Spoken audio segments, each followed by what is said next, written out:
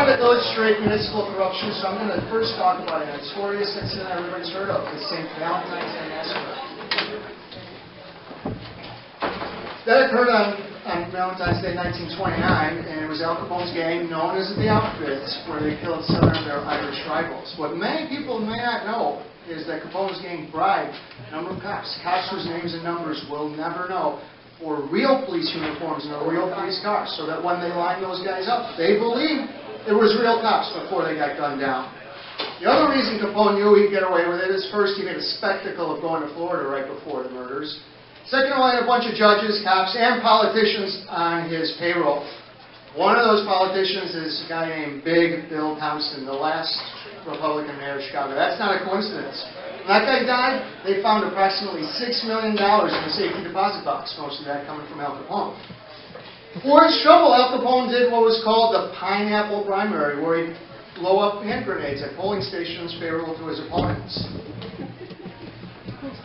But what happened with the St. Valentine's Day Massacre was much more successful than even he imagined. It brought a bunch of heat. So the New York kingpin, his name is Charles Lucky Luciano, he set him up with cops and jailers in Philadelphia that were on his payroll.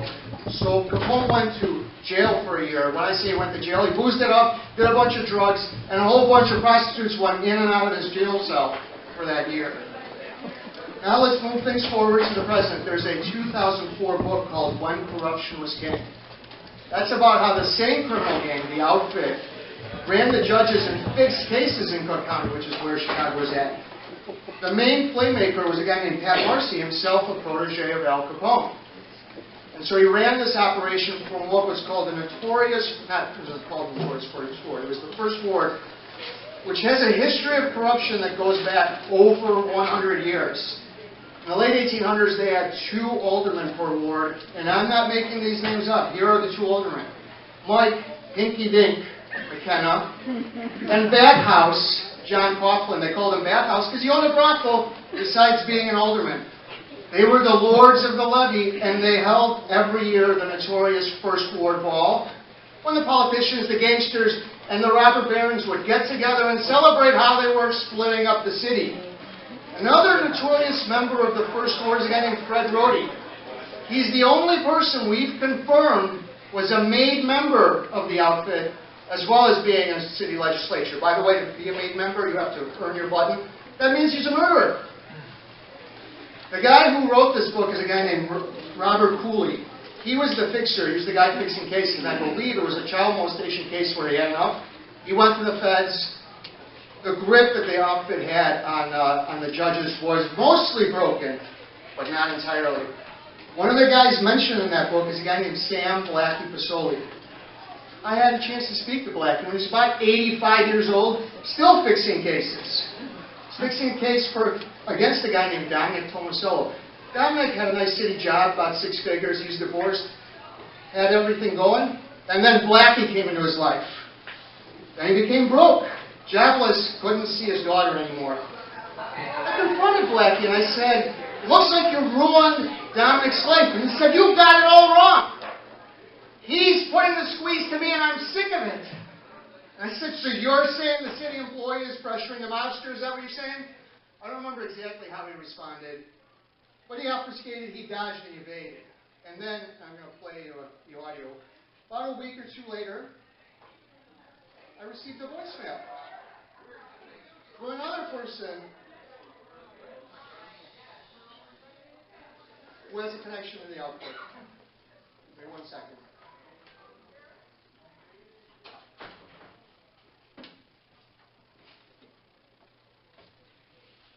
So hopefully this will play.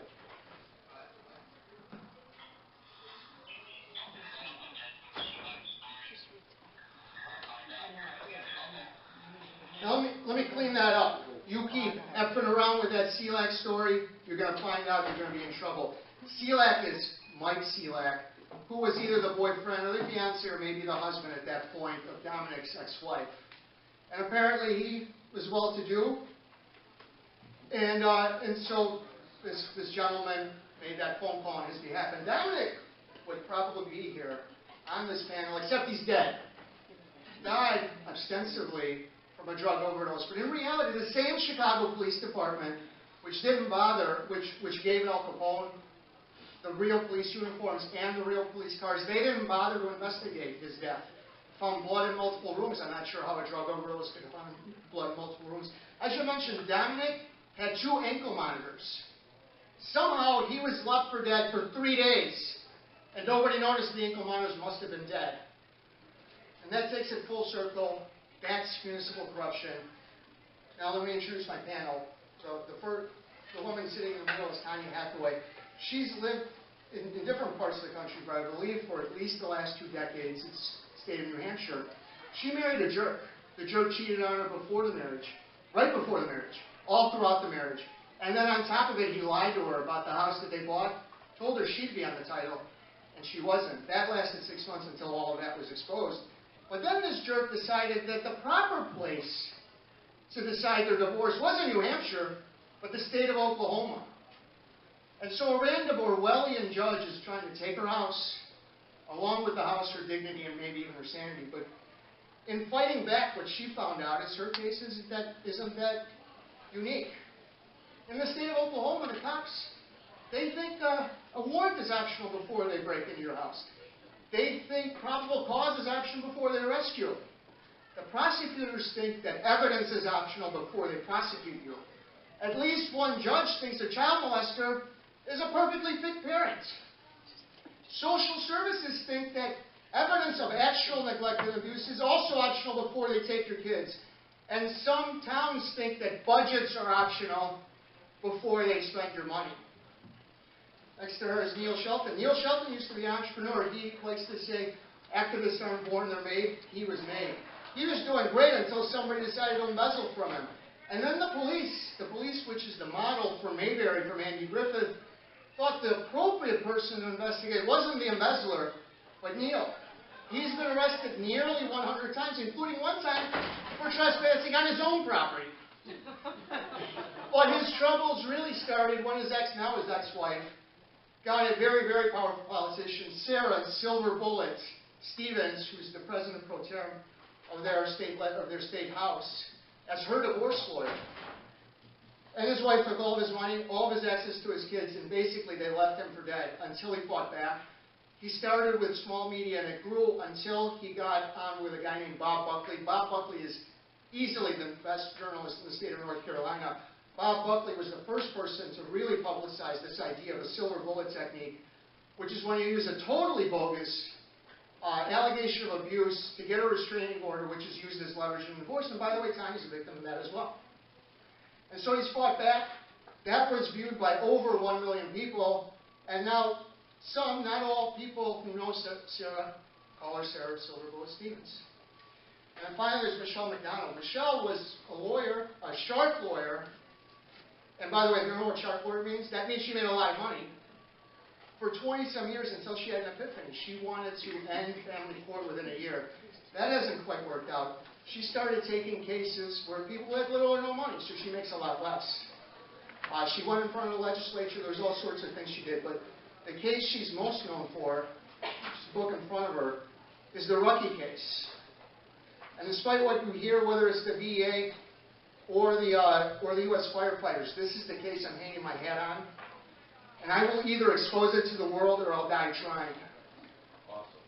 The local cops, the judges, the media, everything from the locals to 2020, including hacks like Elizabeth Vargas and her two producers, Sean Dooley and Beth Mullen, they pretend that there's a monster. His name is David Rucky, and there's no evidence he abused anyone. 10 people have taken out a restraining order against this guy. His rap sheet goes to 1994 when he got into a bar fight, road rage incident in 2014, and my favorite, when his son, Nico, who now claims he's never seen his father be violent, told Child Protective Services that when he's 8 years old, his father stuck a gun to his head.